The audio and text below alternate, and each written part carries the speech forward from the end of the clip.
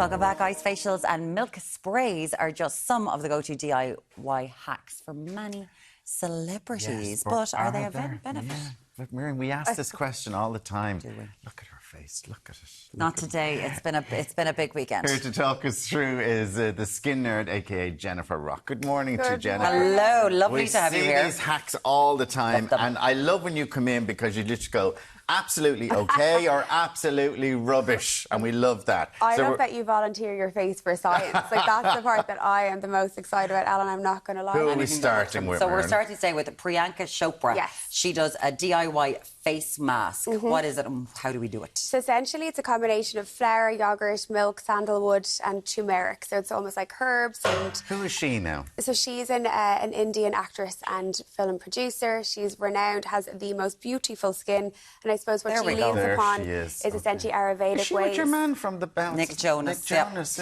So beautiful skin, very much about, I suppose, DIY home care, key ingredients that you might find in your kitchen press or your cupboards at home, and tries to bring it all together. So essentially she has flour. So one I prepared earlier, as you know I love to say, is that there's a little bit of flour in there, so that's exfoliating whilst moisturising. There's yogurt. I'm not going to get into the back of that, but essentially that's all about vitamins, lactic acid. It's kind of a similar concept as to the raw milk element.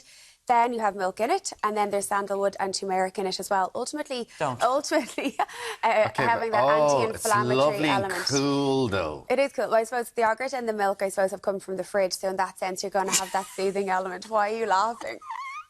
Yeah, they're from the fridge. Stick your head in the fridge, you'll be cool too. So does this work?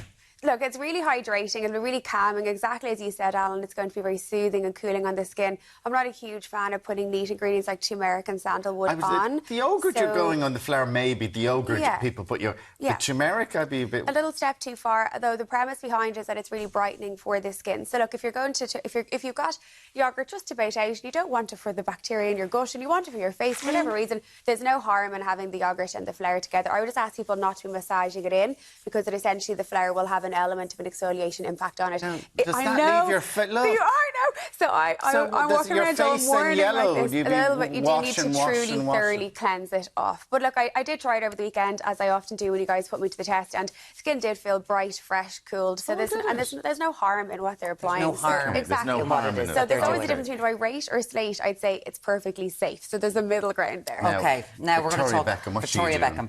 Victoria Beckham, look, I mean, how could I ever dispute anything that woman says? She's just beyond perfection. But she's a huge advocate for dermaplaning. So for anyone that doesn't know what dermaplaning is, it's essentially almost like a little kind of a tool that's almost looks like a scalpel. That's a home device that people are purchasing. So it looks like it's painful. It's absolutely completely painless. So essentially what they're doing in this video is stretching the skin, using the scalpel at a particular angle so that you kind of, for want of a better description, is almost shaving the face. So what they call it is like defuzzing, taking away that peachy hair. So on our hair, on our face, we tend to have terminal hair, which is kind of thick in diameter. Example, you're sporting it, Alan, with your beard. Women get terminal hair too. We also all get what's called vellus hair or peach fuzz.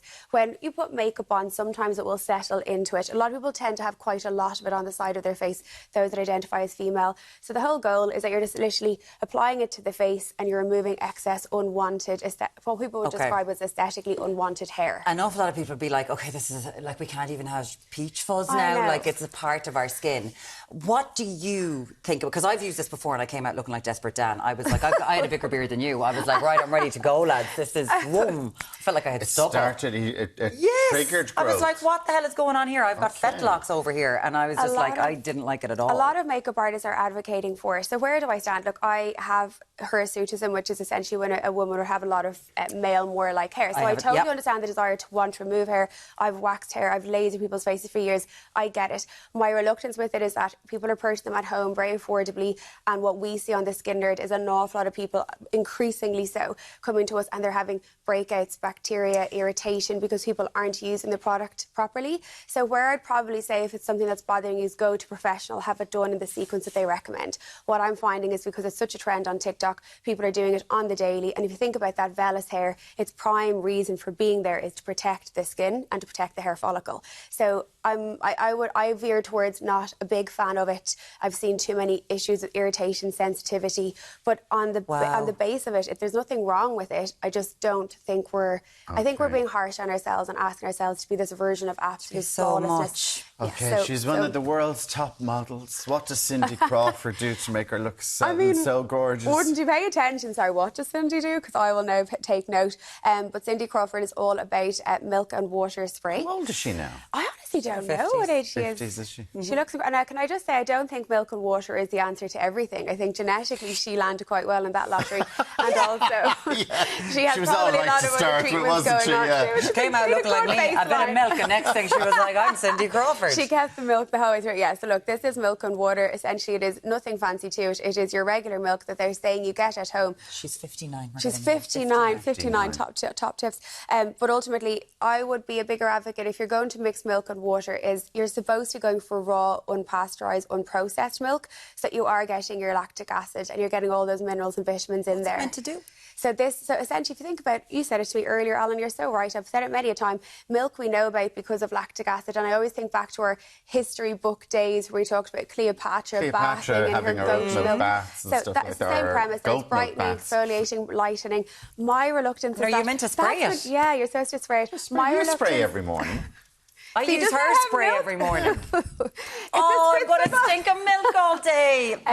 Look, I really do love the home care concept. I think my reluctance with it is that I can't clinically test. I can't tell you there's definitely lactic acid in it. I can't necessarily tell you that it's completely stable. So I just keep it in the fridge if you're going to do it. Okay. But it's not going to do you any harm. No, once you keep it in the fridge and then you keep it as stable as you can. But just be aware of it. But this would last you a very long time. Smell me there.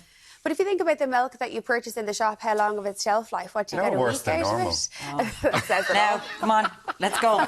No, stop. Okay. So Jennifer Anderson dunks the face in the water. So does Kate Moss. Yeah, a lot of people do swear about it. Like a lot of people, this sort of first thing in the morning, this cold water and splash in your face. Yeah. And it just gives rushes something to the top of your skin. It's what's called vasoconstricting, so it's essentially restricting the capillary network or the redness network within the skin. So you think about when you've heat, if you become quite vasodilated, you can look quite pink to the visible eye. The opposite happens with cold water. So this is nothing in it, just a bowl of beautiful water, ice cubes in on top of it. And if you think back to, I suppose people are now doing a lot of those, what are they called in the morning? People are all doing their ice baths and they have their little people at home. We've often said to have the same with your shower. Hairdressers often say it for the hair. So all it literally is what Jennifer Anderson says she does is she kind of splashes her face. I just think that must be... So just splash your face. Dunk in. Just be careful. So 25 times, Alan, is the goal, right? So 25 times what Jennifer Anderson says she does. How many is that? But ultimately, it definitely gives you a burst. I'd say you're on 2 there. Do you know the ice globes? Do you know the ice globes? Yeah, it's just a neater way to do it. It's a neater way to do it. Do you know the ice globes? I would say prior gloves are better. The studio now. We'll be murdered. You know the ice globes? I would say they're not neater of a concept to apply. Same premise. So prior gloves or something like a little help you. Balls. It's good for you all. Oh, it's good for your hands. For your hands and everything. Wouldn't that be nice? The hands were getting colder than the face. Though. Yeah, so 25 times I think is an awful lot. Oh, the ice globes. Oh, yes. Ice globes. Like a little cryo ball or cryo globe. So, look, it's vasoconstricting, very cooling, great for any kind of red, sensitive skin. I'm always slightly reluctant to do too much of an extreme temperature, be it hot or water. You smell lovely, you look fabulous. I'm the only one that survives this alive. You are not going anywhere. Correct. No, because we've loads of questions coming in. Because if you have any questions for Jennifer, get them into us now on 0896 111 I'm getting brain freeze now. Jennifer, we'll be back to answer your questions in the next hour. Get them in as fast as you can. We'll be back on Ireland AM very shortly. Don't start you now.